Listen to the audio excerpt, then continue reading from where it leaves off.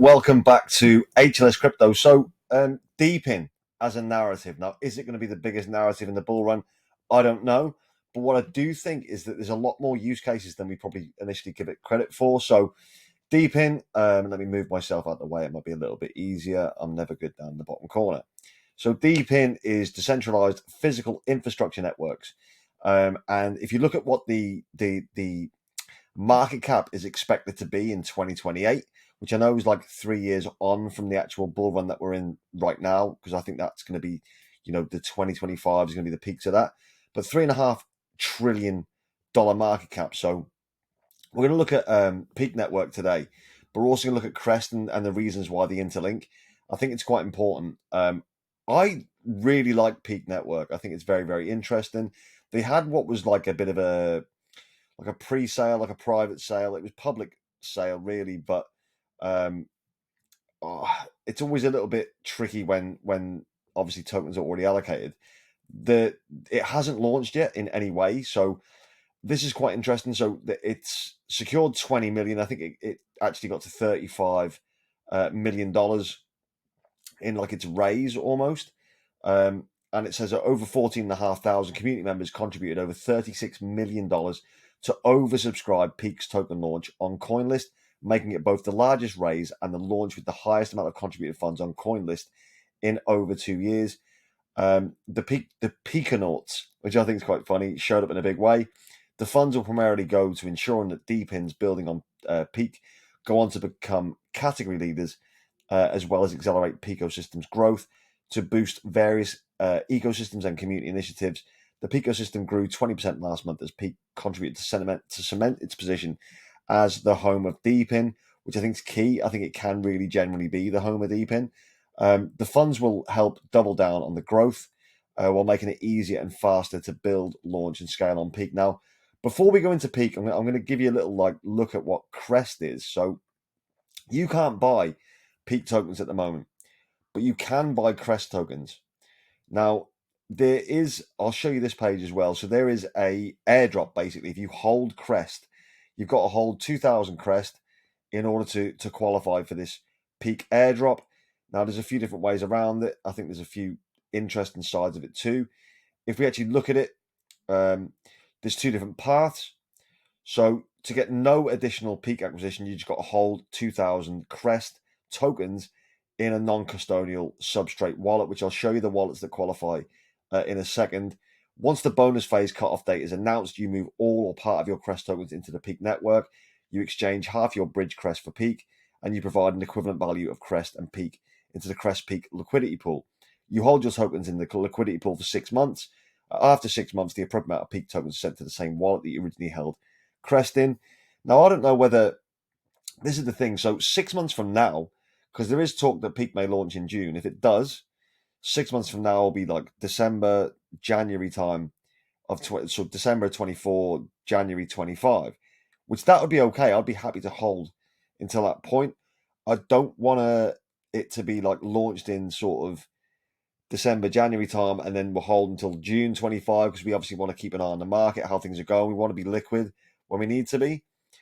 You can get obviously additional Peak acquisition. Again, you can do this by like doubling the airdrop or times it by 4. So if you take the first path, you're eligible to receive up to double the amount of Peak compared to what you would have received the initial airdrop phase.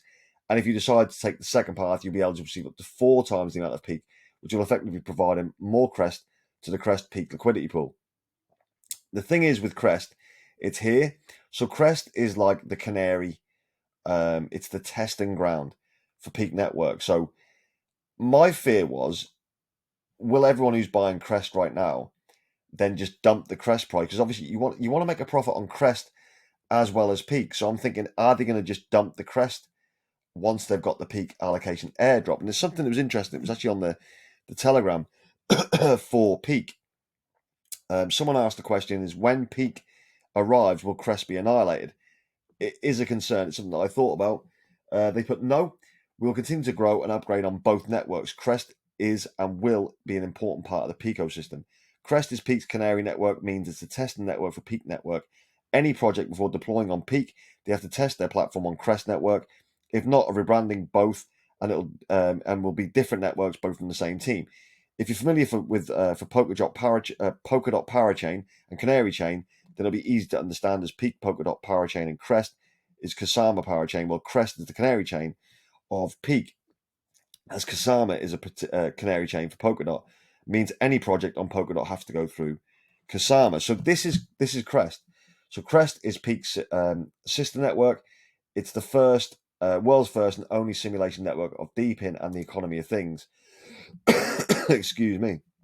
Crest is your home for socio-economic, technical, community, and governance innovation. It launches dApps and DEPINs and assesses their impact on live environment on a public blockchain network while running the risk of causing, without running the risk of causing real-world harm. So, if we look at Crest, this is its price at the minute. It's taken a big dip from where it was. I think it was 183. I believe, was it 183? 148. So that was its highest 3 months ago. So at the minute, you can pick Crest up at 0.25 cents essentially. So if we look at needing 2,000 of those, it's going to cost you 515 USD. And you can actually look here and look and see on Crest Subscan to see, the holders of Crest, which I think is quite interesting. There's only 400 million Crest as well, which is a lot less than Peak, but we'll get onto Peak in just a second because this is just ways of acquiring Peak beforehand. And you can look at how many people have got different amounts. A lot of people do have just the 2,000 Crest, so I'm thinking they're obviously wanting to be in for the airdrop. It is the amount of Peak the amount of Crest you hold gives you a significantly higher portion of Peak in the long run as well. So it's something to sort of bear in mind. The market cap currently of Crest is self-reported at 12.88 million, so nearly 13 million. We don't know I've not seen what the projected peak market cap's going to be, but when we know a bit more about the tokenomics, we can probably do a bit more about the price prediction and stuff like that.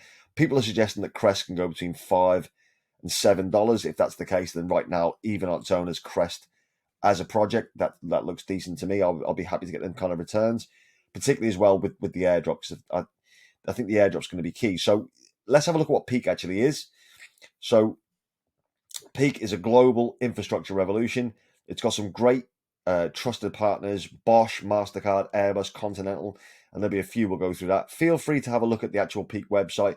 Here, I'm not going to go through the entire Peak website, but there's a few different things I want to show you along the way. So in numbers, it's the world's fastest growing DePIN ecosystem. Could it be the biggest in the bull run? Let's hope so, if we're getting involved in this. $25 million worth of tokenized machine real-world assets and 500,000 plus machines, vehicles, robots, and devices. 25 plus DePINs building on Peak.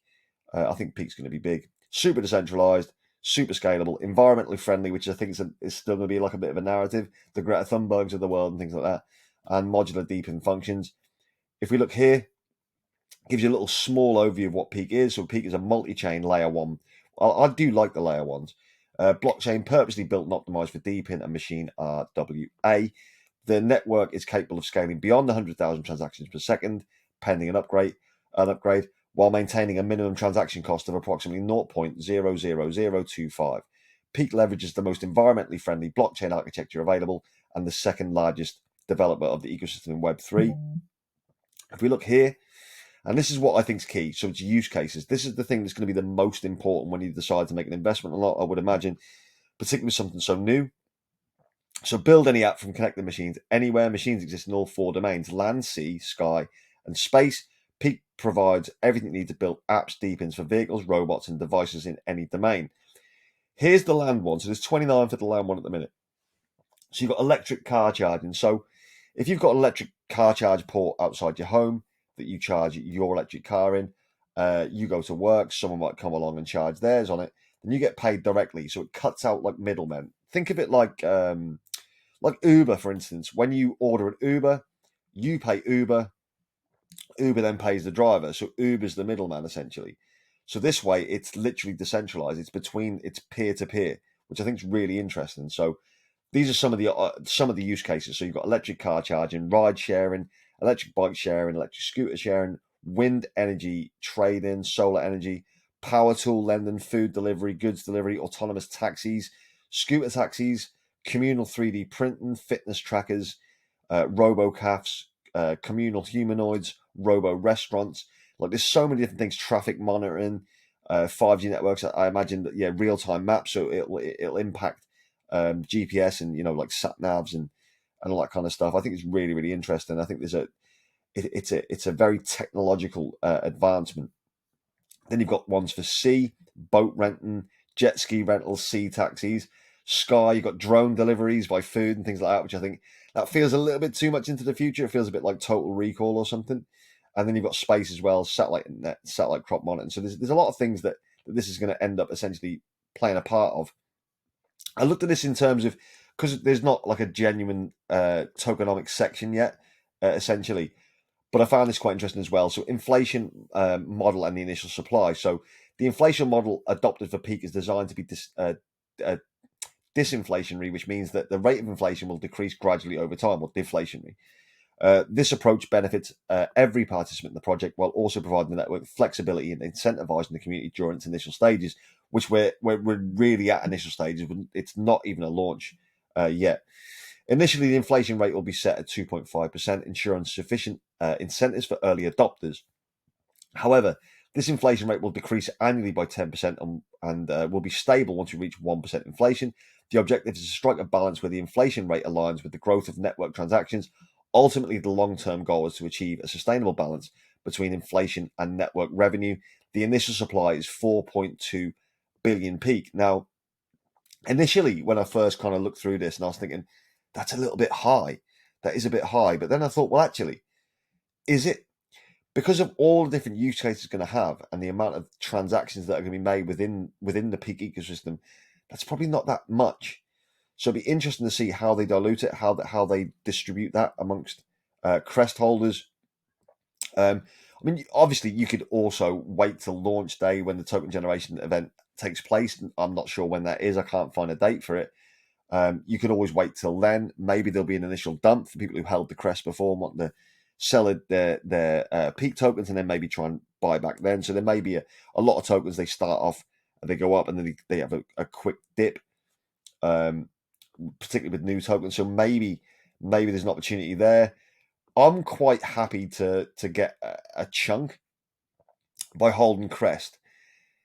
Is that essential? It is for an airdrop, but maybe not if you want to buy, obviously, on the open market. But I think maybe holding some Crest wouldn't be that much of a problem, because I think that, as we said before about Crest, if we're thinking it's going to go to, between $5 and $7, which is kind of, what people are saying is the accepted place for it, that's a decent return, plus the additional peak token. So maybe there's something in that, maybe. Also, this, I think this is interesting. This is the impact projection report. It was done just over a year ago. I'm not going to go through this. I would suggest if you want to invest in this, then definitely have a good read of it. It's 12 pages long. It's very, very interesting. It shows you a few of the use cases, figures, trends, how they're going to impact the world, essentially, and what they think they can do with DEPIN. I think this is a very unsort of spoken about area, because I know a lot of people are talking about memes and stuff like that right now, but I think that this is something that could be really, really good. Here is the Pico system. If you look at it, there's a lot of companies there, particularly around like Silencio, who I think they do that. Is it noise tokens or something they do? They give out that by monitoring the noise within your environment. But Bosch, Airbus, Audi, Continental, and MasterCard. Now, the MasterCard thing is quite interesting too. So Peak, oh, it's disappeared. It should come back in a second. So Peak and MasterCard, they've got like kind of a deal, which is great. It's been selected for MasterCard's award-winning Start Path program to explore synergies and opportunities in the DePIN sector and the world of traditional finance and fintech. Again, you can flick through this yourself. There's quite a few bits in there, but what I thought was interesting was Sabrina Tharani said, as digital assets become more increasingly mainstream, MasterCard is embracing opportunities to support and collaborate with fintechs to build the future of blockchain and digital assets innovation. Through the Start Path engagement program, MasterCard has selected Peak to join its ecosystem of innovators and will provide opportunities to access its network of partners, mentorship opportunities, and resources to support their scale and journey. So that's interesting. So MasterCard are on board essentially. They're loving it, which is good. I've showed you, what you can do with Crest and things like that. How you have to hold Crest. There's 3 wallets that if you hold your Crest in, then you will be eligible for the Peak airdrop.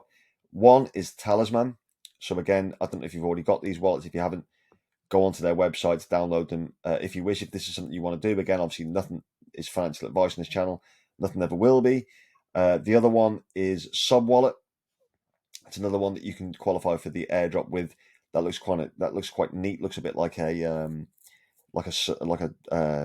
Phantom wallet. Essentially, it looks a bit like one of them.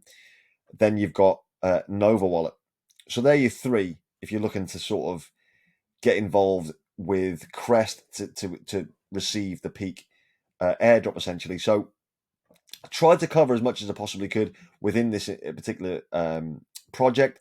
Obviously, when we get more tokenomics, when we find out a lot more things about what their market cap's likely to be, things like that, well, then we'll obviously do a much deeper dive into kind of the tokenomics and things like that, and see if it is worth something that might be worth some time. I think I'm going to go and get some Crest. I think I'm going to go and buy some Crest because, not hundreds and thousands of Crest, maybe 4,000 or 5,000 Crest, just to try and get myself a little bit more of an airdrop from Peak, but also that I think that maybe Crest could be a good investment because there's only 400 million of those, so they're a lot scarcer than what Peak token's going to be. But anyway, if you enjoyed this video, if you thought it was interesting, if you are considering buying the Peak token when it launches, or if you're going to get involved in Crest, let me know in the comments. I'm always interested to hear what you guys are doing. Wherever you are in the world, whatever you're doing, have an amazing day, have an amazing evening. Don't forget to hit the like button, subscribe if you can. Have a good evening, and I'll see you tomorrow. Take care. Goodbye.